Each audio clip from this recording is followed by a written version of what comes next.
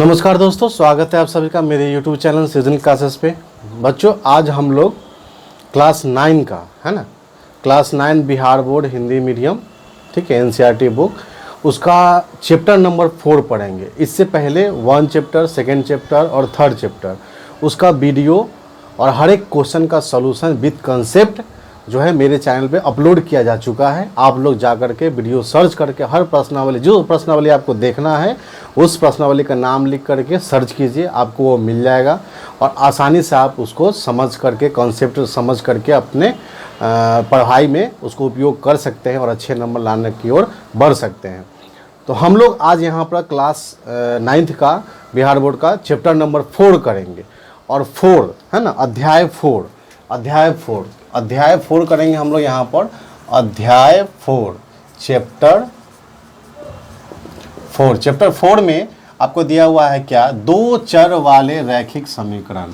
अभी तक हम लोग एक चर वाले रैखिक समीकरण के बारे में पढ़ रहे थे, जिसका व्यापक रूप क्या होता है, ax प्लस है ना b बराबर c, यानी कि 2x प्लस 4 बराबर 6। इस तरह का समीकरण हुआ करता था, जिसको एक चर वाला रैखिक समीकरण कहा जाता है। एक चर यानी कि सिर्फ x हो, अगर y भी रहता तो 2 चर हो जाता, इसको हम लोग चर बोलते हैं, ठीक है ना। और जो नंबर होता है उसको अचर बोलते हैं। तो एक चर वाले रैखिक समीकरण के बारे में हम लोग पढ़ रहे थे। अब एक चर वाला रैखिक है। अब रैखिक मतलब क्या होता है, जिस चर का घात 1 हो उसको रैखिक, जिसका घात 2 हो द्विघाती, ठीक है। ये सब हम लोग पहले पढ़ चुके हैं। तो एक चर वाला रैखिक समीकरण के बारे में हम लोग पढ़ चुके हैं। यहाँ पर है 2 चर वाले रैखिक समीकरण। तो अब हमको 2 चर लिखना पड़ेगा। तो क्या हो जाएगा, ax प्लस by, ठीक है, प्लस c बराबर 0। ये आपको 2 चर हो गया। यहाँ पर a, b और c क्या है, पूर्णांक है। और कंपेयर करेंगे 2x प्लस 3y, ठीक है, प्लस 8 बराबर 0, ठीक है। तो इस तरह का समीकरण को हम लोग बोलते हैं 2 चर वाला रैखिक समीकरण, ठीक है ना। तो यहाँ पर भी एक चर x हो गया, एक चर y हो गया, ठीक है, 2 चर हो गया, उस दोनों का घात 1 है, दोनों का घात 1 है, तो 2 चर वाले, ठीक है, रैखिक। अब रैखिक मतलब घात 1 हो गया। और समीकरण मतलब क्या हो गया, इसका LHS भी है, ठीक है, और इसका क्या है, RHS भी है, यानी कि बायां पक्ष भी है और दायां पक्ष भी है, ठीक है। यानी कि बाएं पक्ष का जो वैल्यू है वो दाएं पक्ष के वैल्यू के बराबर होगा। अगर हम लोग यहाँ पर x और y का वैल्यू रख देंगे और सबको जोड़ेंगे तो उसका वैल्यू 0 आ जाएगा, ठीक है। इस तरह से हम लोग को निकालना है कि भाई x y का वैल्यू क्या होगा। तो उसको निकालने का तरीका होता है, तो यही 2 चर का जो मान निकलता है उसको 2 तरीके से निकालते हैं। एक होता है ग्राफीय विधि, ठीक है, और एक होता है विलोपन विधि, प्रतिस्थापन विधि, ठीक है ना। उसके बाद ब्रज गुणन विधि। तो ये विधि जो है आप लोगों को क्लास 10 में पढ़ना है। तो हम लोग को यहाँ पर ग्राफीय विधि से x और y का वैल्यू निकालने के लिए पढ़ना है, ठीक है।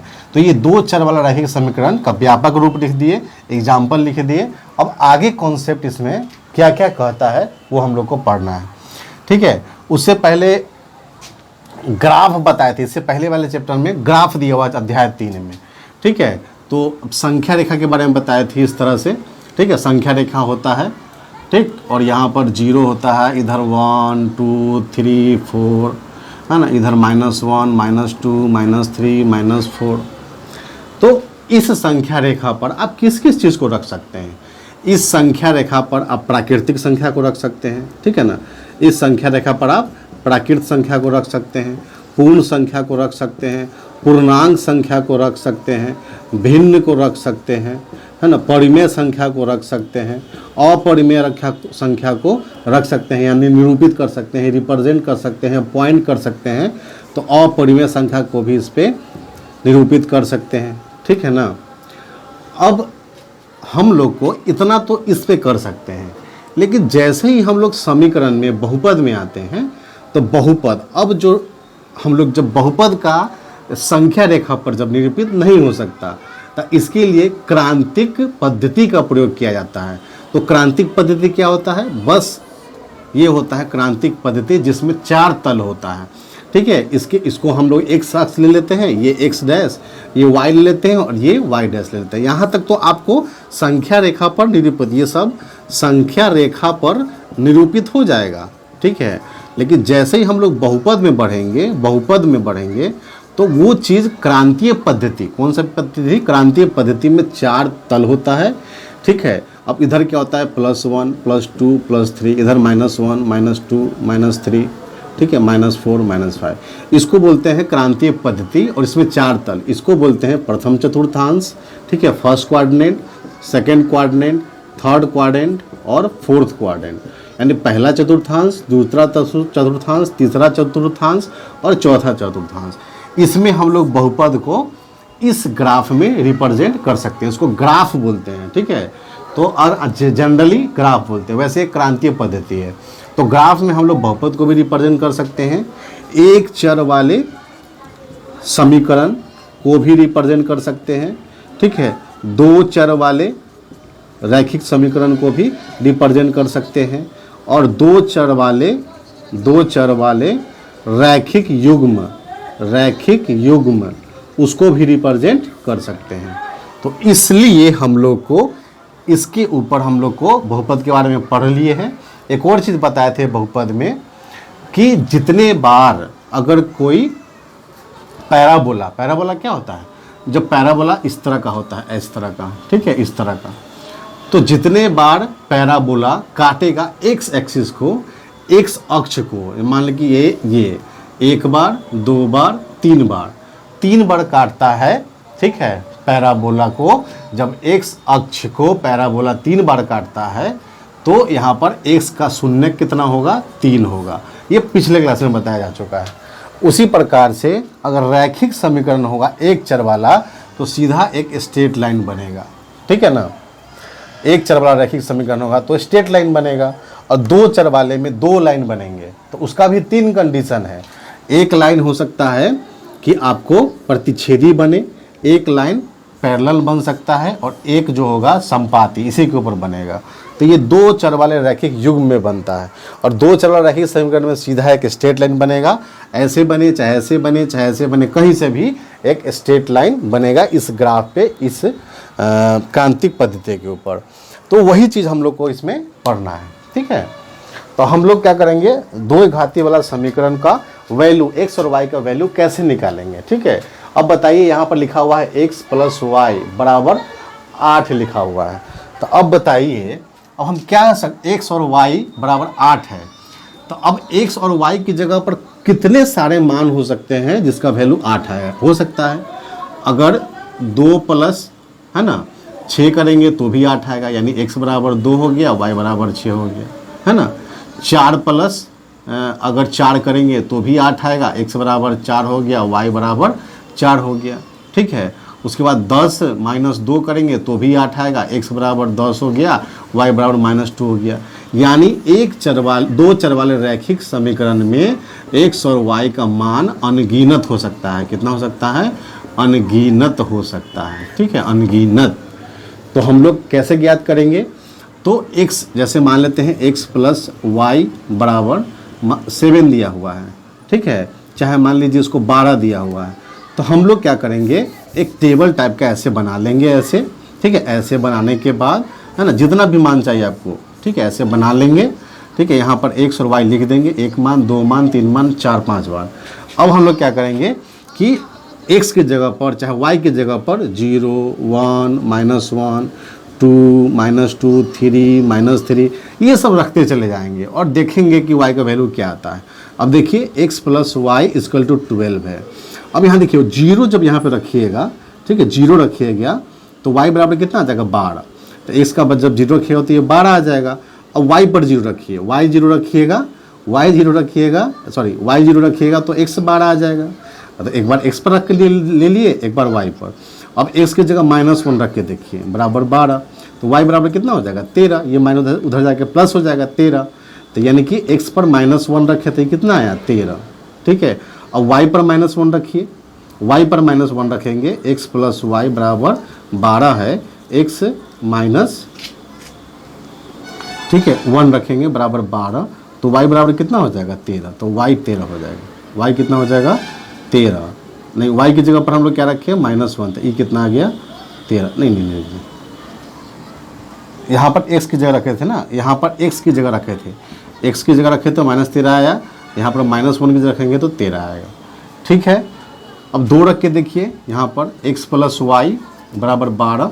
अगर 2 रख के देखते हैं y बराबर कितना 12, तो y बराबर कितना हो जाएगा, 12 में से 2 जाएगा तो y बराबर कितना हो जाएगा 10। जब x हम लोग 2 रख रहे हैं तो y कितना आ रहा है, 10 आ रहा है। अब इसी चीज़ को अब इस पर रिप्रेजेंट करेंगे, पॉइंट करेंगे। ठीक है, तो सीधे जो अब कैसे करेंगे पॉइंट, अब 0 है और 12 है। ठीक है, चलिए 0 और 12, 2 और 10, इसमें तो उतना बड़ा हम लिखे नहीं है। ठीक है, अगर मान लेते हैं कि x का वैल्यू 1 आता और y बराबर -2 आता, तो कैसे करते इसको रिप्रेजेंट। ठीक है, कैसे करते, 1 कहाँ है, यहाँ 1 है, तो यहाँ x1 और y -2, तो ये यहाँ पर जहाँ जुड़ता ये। ठीक है, वैसे ही आपको पॉइंट मिलते चला जाता।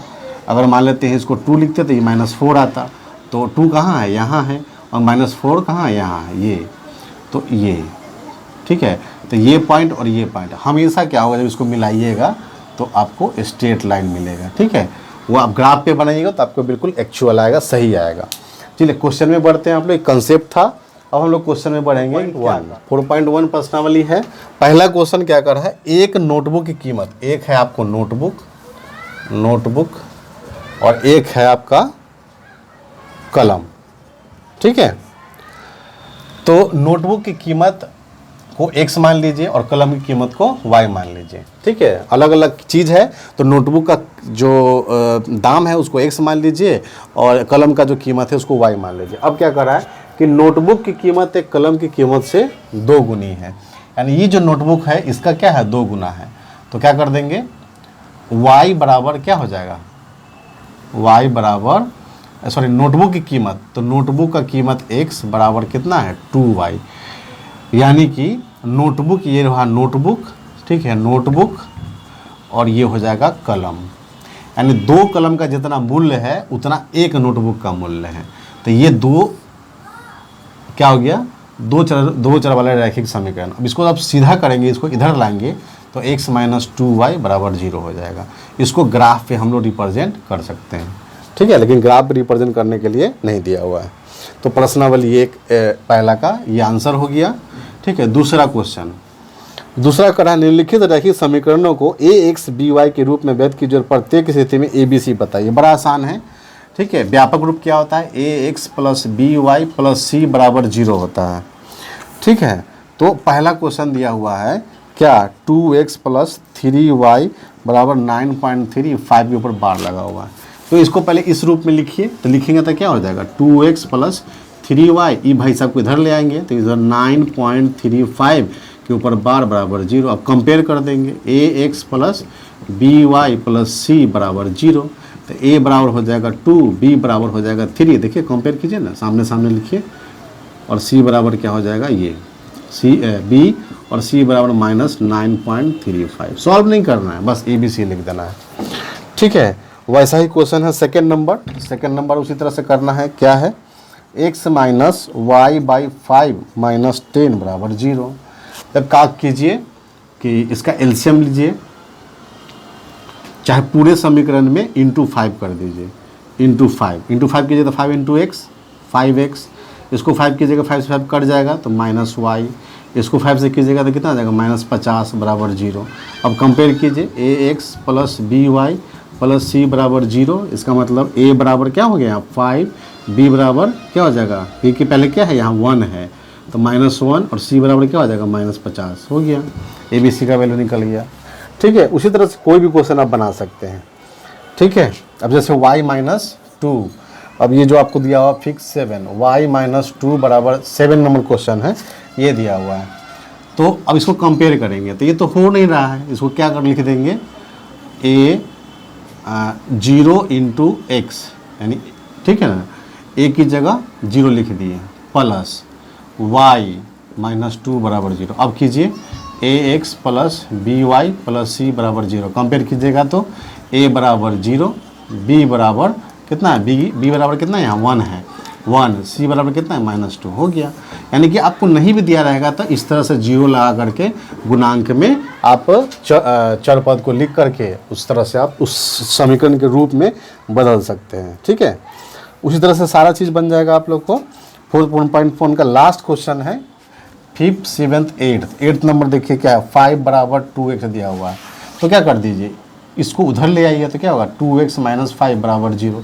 इसमें भी क्या है y नहीं है तो आप y को 0 लिख लीजिए तो क्या हो जाएगा 2x, ठीक है, माइनस प्लस 0 इंटू y कर दीजिए तो 0 इंटू वाई 0 हो जाएगा, माइनस 5 बराबर 0। अब कंपेयर कीजिए ax plus by plus c बराबर 0 तो a बराबर क्या हो जाएगा 2, ठीक है, और b बराबर हो जाएगा 0 और c बराबर हो जाएगा -5।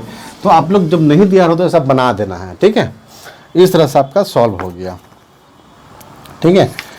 चलिए फिर यहीं तक था 4.1। 2-3 क्वेश्चन छोड़ा गया है तो वो 2-3 क्वेश्चन आपको खुद बनाना है, बहुत ही आसान सा है, ठीक है, इसमें कोई दिक्कत नहीं होना चाहिए। दोबारा देखिए, वीडियो नहीं समझ में आता है, कॉन्सेप्ट वीडियो के पहले बताए हैं, इस क्वेश्चन को सॉल्व करने से पहले उसको भी देखिए, ठीक है। उसके बाद 4.2 फिर अगले वीडियो में हम लोग फिर मिलते हैं तुरंत, ठीक है।